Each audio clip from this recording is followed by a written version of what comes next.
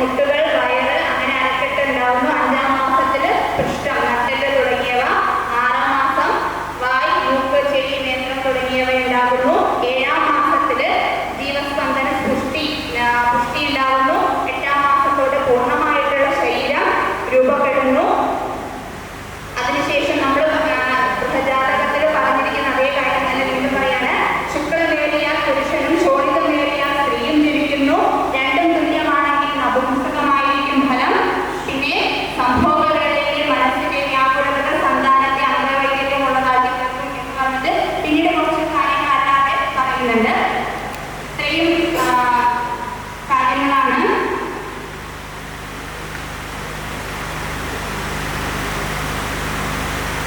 നമ്മുടെ ഗ്രന്ഥങ്ങളിൽ കാണാനുള്ളത്.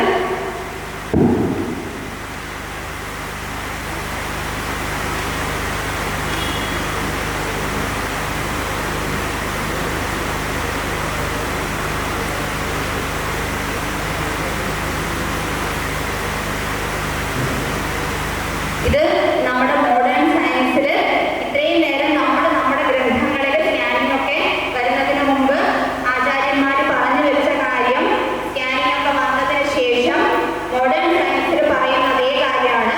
ഫെർട്ടിലൈസേഷൻ, പിന്നെ ഓരോ മാസത്തിലും കുഞ്ഞിന്റെ രൂപമാറ്റങ്ങൾ, 3-ാം മാസമൊക്കെ ആകുമ്പോഴത്തേക്കും ഈ രൂപത്തിലേക്ക് ഏകദേശം ഒരു മനുഷ്യനാണെന്ന് തോന്നുന്ന രീതിയിലേക്ക് വരുന്നു. പിന്നെ weeks 20 weeks, 6 months, last 9 months modern science പ്രകാരം.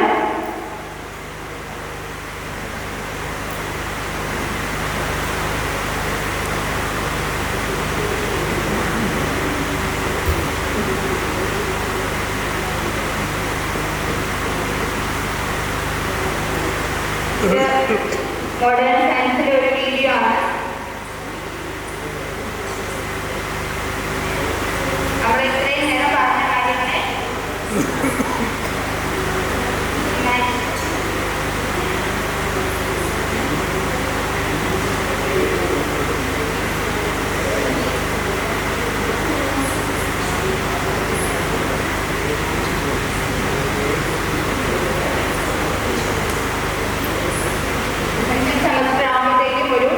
കുഞ്ഞിന്റെ രൂപത്തിലേക്ക് എത്തുന്നത്.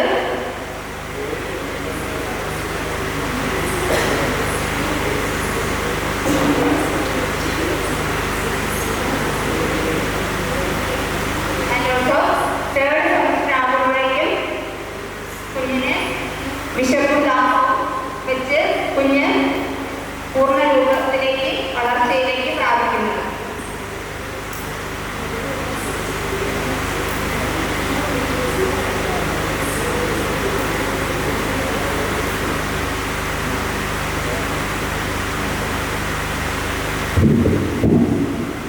ഞാൻ എഴുതിയിരിക്കുന്ന 3 ഗ്രന്ഥങ്ങൾ എന്ന് പറയുന്നത് രാമായണം, ഭാഗവതം, പിന്നെ ഗർഭോപനിഷത്ത്. ഇത്രയും കാര്യങ്ങളാണ്.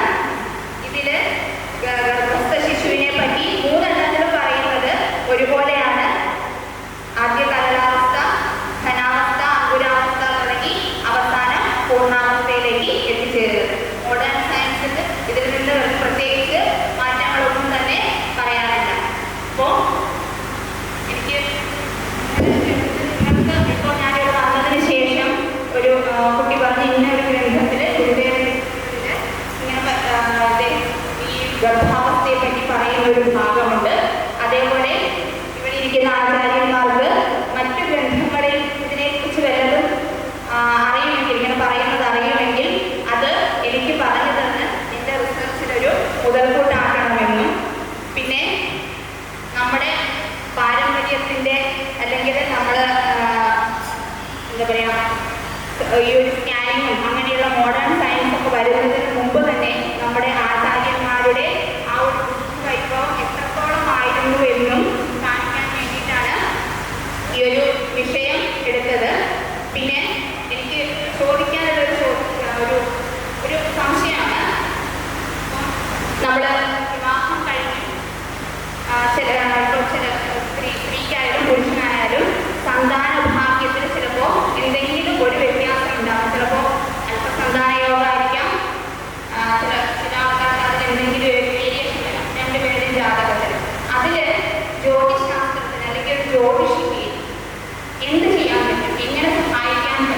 മോഡേൺ സയൻസുമായിട്ട് ഇപ്പം നമ്മൾ മോഡേൺ ഒരു ആശുപത്രി പോയി കഴിഞ്ഞാൽ അവർ കുറേ മരുന്നുകളൊക്കെ തരുന്നു, അത് കുടിച്ച് അത് കഴിഞ്ഞ് അവർക്ക് വേറെ അസുഖങ്ങളൊക്കെ വരുന്ന ഒരുപാട് കേസുകൾ നമ്മൾ കണ്ടിട്ടുണ്ട്.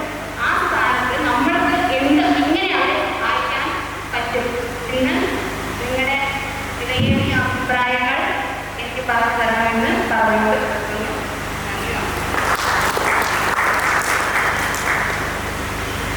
ഒരു പുസ്തകത്തിൻ്റെ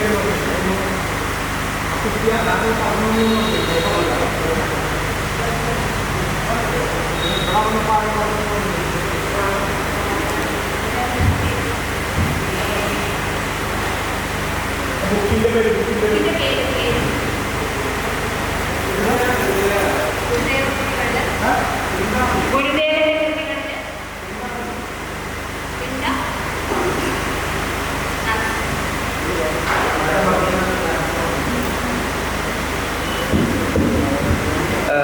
മാഡം ഇവിടെ പറഞ്ഞത് ഒരു ഗർഭസ്ഥ ശിശുവിന് കിട്ടുന്ന ആരോഗ്യപരമായ സാഹചര്യത്തെ കുറിച്ചിട്ട് സാറിന് പറഞ്ഞത് എനിക്കറിയാവുന്ന കാര്യം പറയാം.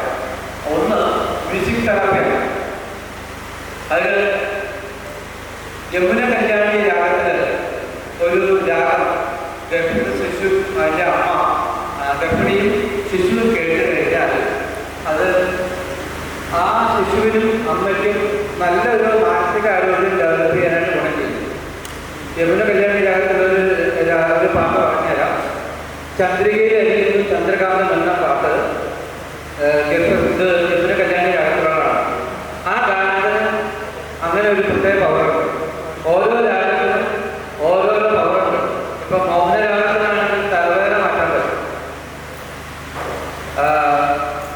അപ്പം ഹൃദയാരോഗ്യത്തിന് രാജഹംസമേന്നുള്ള പാട്ടിൽ അത് വിശദമായിട്ട് പഠിക്കാൻ ഡോക്ടർ സുവർണ്ണ നാലപ്പാട്ടിൻ്റെ രാഗസൃതം എന്നൊരു പുസ്തകമുണ്ട്. ട്രിവാൻഡ്രത്തു നിന്ന് ഉള്ള സ്വാമിയുടെ മകള് ഭാഗ്യലക്ഷ്മി, ഡോക്ടർ ഭാഗ്യലക്ഷ്മി, അവര് സംഗീത ചികിത്സ എന്നൊരു പുസ്തകമുണ്ട്. അതിൽ വളരെ വിശദമായിട്ടുള്ള റിപ്പോർട്ട് മ്യൂസിക് തെറാപ്പിയെ കുറിച്ച് വരും. മറ്റൊന്ന് നമുക്ക് ഗർഭസ്ഥ ശിശുവിന് വരാൻ സാധ്യതയുള്ള അബോർഷൻ വരാൻ സാധ്യതയുണ്ട്. അത് അലോപ്പ തെറാപ്പിയിൽ സബ്ജക്റ്റ് നോക്കിക്കഴിഞ്ഞാൽ കാണാം. രാമച്ചൻ ഉള്ള വെള്ളം കുടിക്കുകയോ രാമച്ചൻ സോപ്പ് ഉപയോഗിക്കുകയോ ചെയ്ത് കഴിഞ്ഞാൽ അബോർഷൻ സാധ്യത കൂടാം. അതോടൊപ്പം തന്നെ യൂക്കാക്സോയിൽ ഉപയോഗിച്ച് കഴിഞ്ഞാൽ കുട്ടിക്ക് അബോർഷൻ വരാനുള്ള സാധ്യത. നമ്മൾ സാധാരണ ഭക്ഷണം കഴിക്കുമ്പോൾ അമ്മ പപ്പായ കഴിക്കുന്നത് പൈനാപ്പിൾ കഴിക്കുന്നത് പറയും. അതും അബോർഷൻ വരാനുള്ള സാധ്യത കൂടുതലുണ്ട്. വാസ്തുശാസ്ത്രത്തിൽ നോക്കിക്കഴിഞ്ഞാൽ ബിൽഡിങ്ങിൻ്റെ സൗത്ത് ഈസ്റ്റ്